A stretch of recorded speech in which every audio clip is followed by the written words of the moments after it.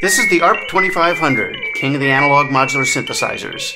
It was used by all sorts of people, including Pete Townshend of The Who, Jimmy Page of Led Zeppelin. It's the synthesizer that was used to greet the aliens in Close Encounters of the Third Kind.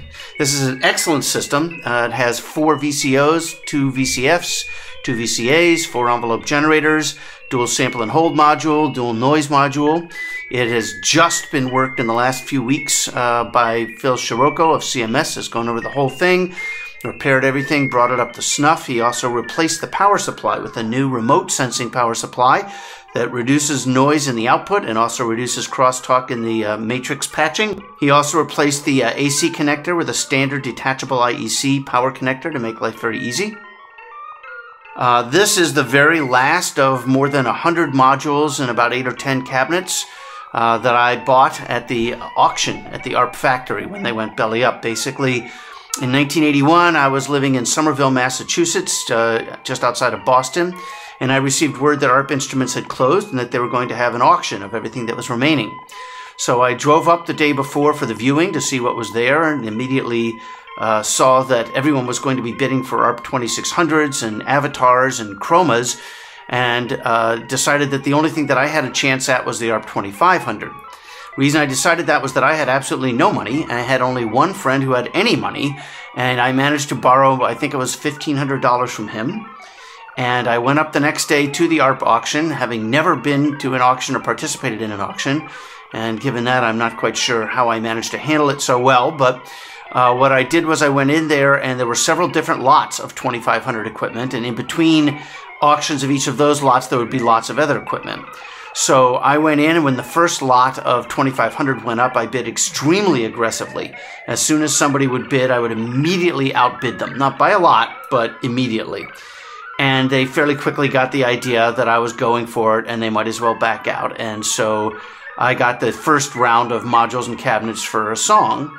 Then I went around to each of the people who had been bidding against me, having made note of them, and offered to sell them what they wanted out of what I bought for what I paid for it if they did not bid against me.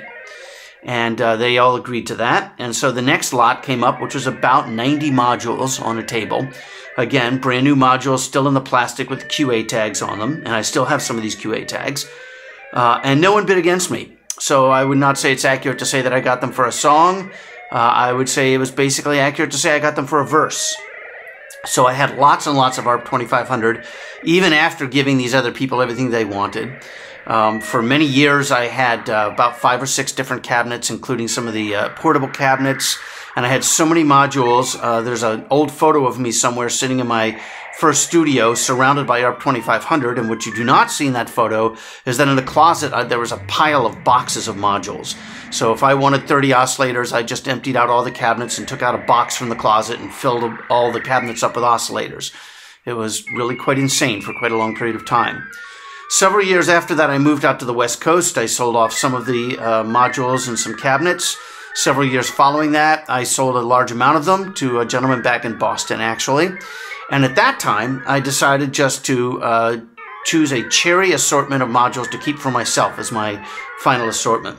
Now, this cabinet that these modules were in was actually resided in the ARP Instruments engineering department and was used for their prototyping efforts.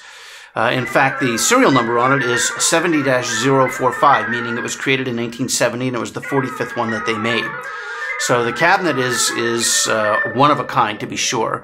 The modules actually are also quite old. The cabinet and many of the modules have the original ARP logo, which was sort of the squishy parallel lines that came together.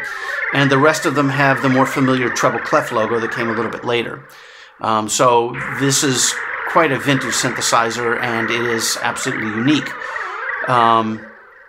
So let me show you the assortment of modules that I chose.